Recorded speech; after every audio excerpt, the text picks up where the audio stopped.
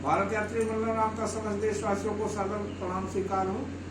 जैसा कि हम रामेश्वर के रास्ते में हैं दोस्तों, आगे हम पहुंच रहे हैं मंडप पमा कैंप एक आता है, वहां हम इडली का नाश्ता करके दोस्तों, ये हम इडली का नाश्ता कर रहा है, देख लीजिए सर आप लोग, इन लोगों के साथ नाश्ता हम भी कर रहा है।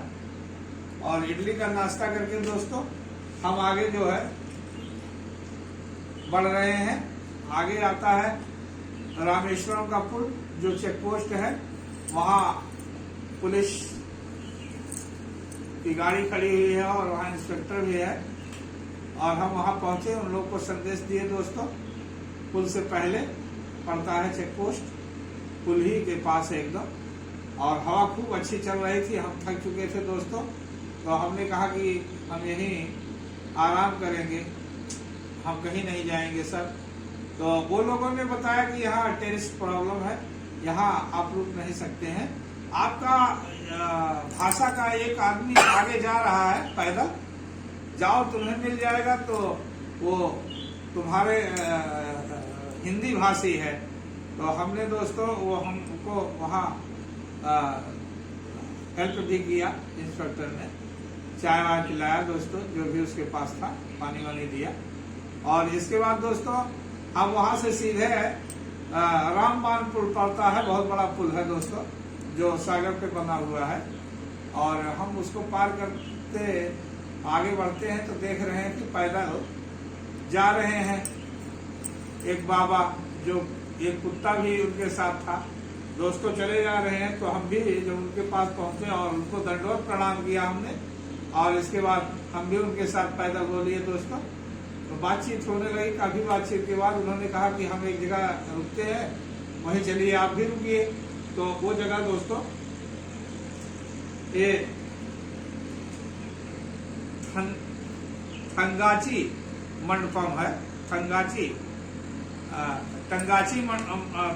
मंडपम।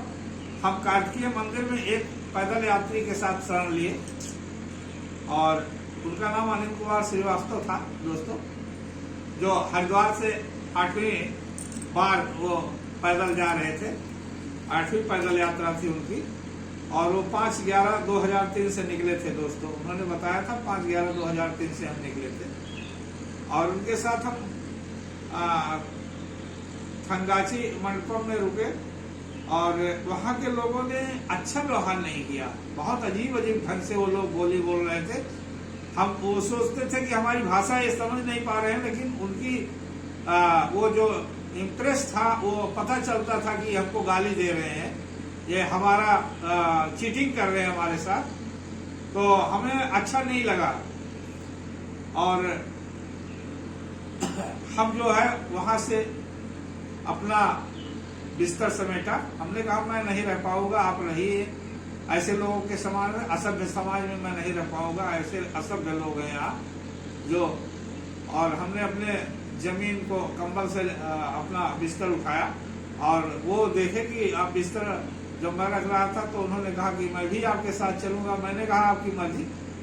हम दोनों जो है रात के 10:30 बजे वहां से निकल चुके दोस्तों, थंगाची मंडपम से।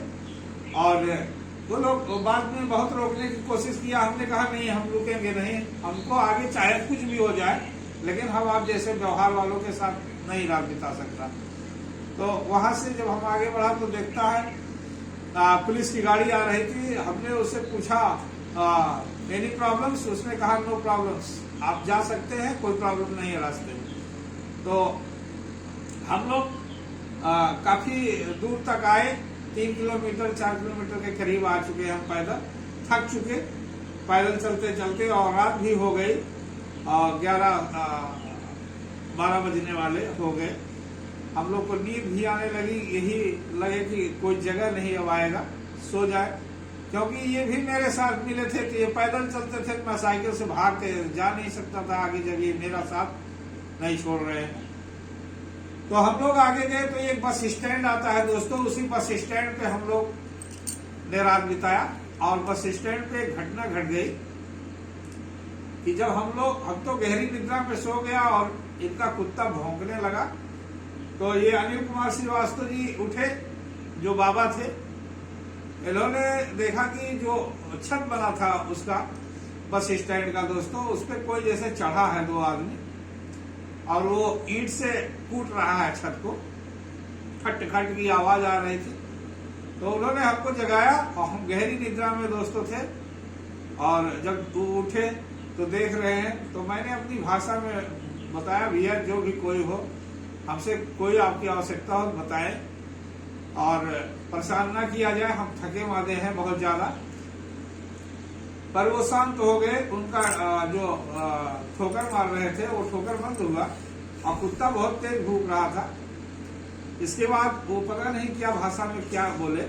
इसके बाद हम अपनी भाषा में उल जलूल बकना शुरू कर दिए कि अब हमको मरना ही है, आप आइए ना और सामने आइए। इसके बाद थोड़ी देर बाद वो लोग उसपे से कूद करके भाग गए दोस्तों।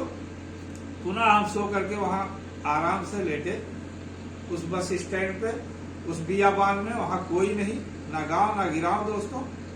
और इसके बाद सुबह हुआ, हमने उनसे प्रणाम किया कि हम अब चलते हैं, आप आइए। तो उन्होंने कहा मैं इसी एक गांव जाऊंगा, वहां स्नान ध्यान करके तब आगे निकलूंगा। आगे पुनः मैं बताता हूं दोस्तों। मेरे चैनल को लाइक एवं सब्सक्राइब करें। जय हिंद, जय भारत।